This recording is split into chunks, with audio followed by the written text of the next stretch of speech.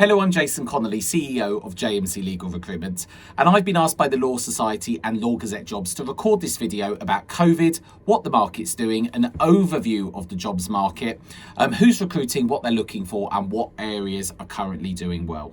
Now, there's no two ways about it. The market is definitely different since COVID has been around, but despite what many people might think, it's definitely not all doom and gloom. There's definitely differences, which I'll explain now. We have seen over recent weeks that the regions have seen a particular uplift in roles. We've seen a 58% increase in the amount of roles coming in regional areas, which includes the home counties, Essex, Hertfordshire, Surrey, and the surrounds.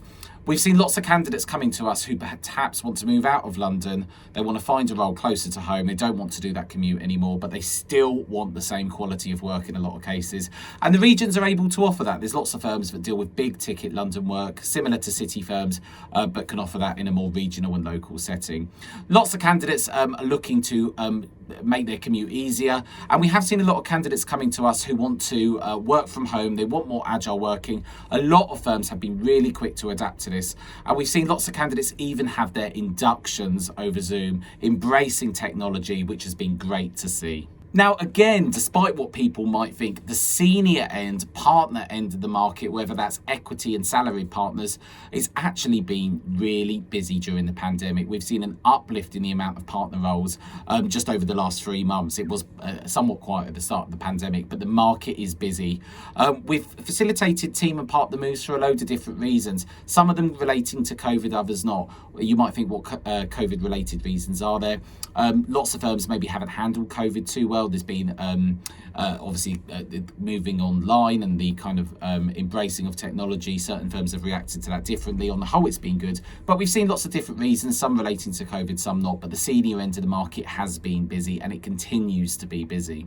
Now, when it comes to the mid-level market, whether it being 4, 5, 6, 7 years PQE, there's still a lot of roles. It's still busy.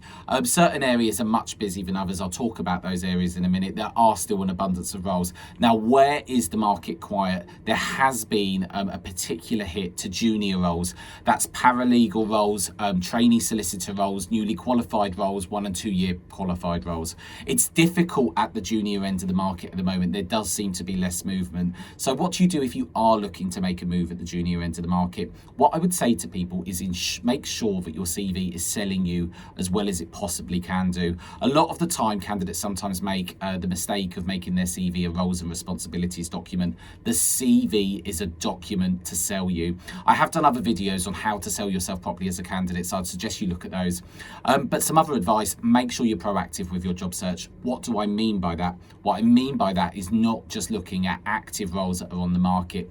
Supposing that you're a candidate in a regional firm, for instance, and you know that you want to make a move to maybe a firm at a higher tier, another local firm, or a firm that has a different profile, make those direct approaches. Don't be afraid to go out there, speak to partners, department heads, and by going out there and speaking directly, you'll eliminate a lot of the competition, because the firm might be looking maybe passively. They're not actively looking, putting adverts out, but a lot of the time hires do get made based on proactive approaches. And at the end of the day, department heads love it. They see that you're proactive. They see that you're someone that takes kind of your job search into your own hands.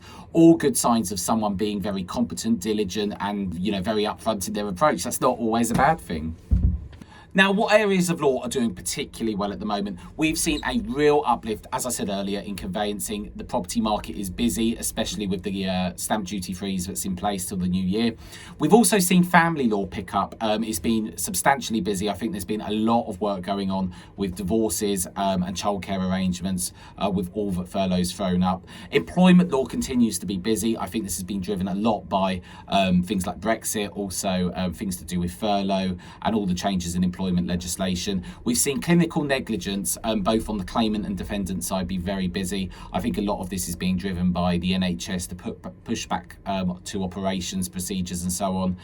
Corporate's back. We're very busy with corporate and transactional work, and real estate is also feeling that. Commercial litigation and property litigation have also proven to be really busy, and we've seen an uplift in those areas in recent months. My overall advice to anyone looking to make a move at the moment is don't be afraid of COVID. There's still an abundance of opportunities, and we're getting so many positive phone calls in every single day across the country, including the city and the West End with firms wanting to recruit. I think that COVID has thrown up challenges, but the legal sector has been quick to react. We've been dynamic and it's doing well. So I think let's continue to be positive. And if you do want particular career advice, or you do want to get in touch to speak about opportunities or your career, do feel free to get in touch. The website address is www.jmc-legal.com. I'm Jason Connolly. Thanks for listening, and thanks to the Law Society for offering me this opportunity to talk about COVID.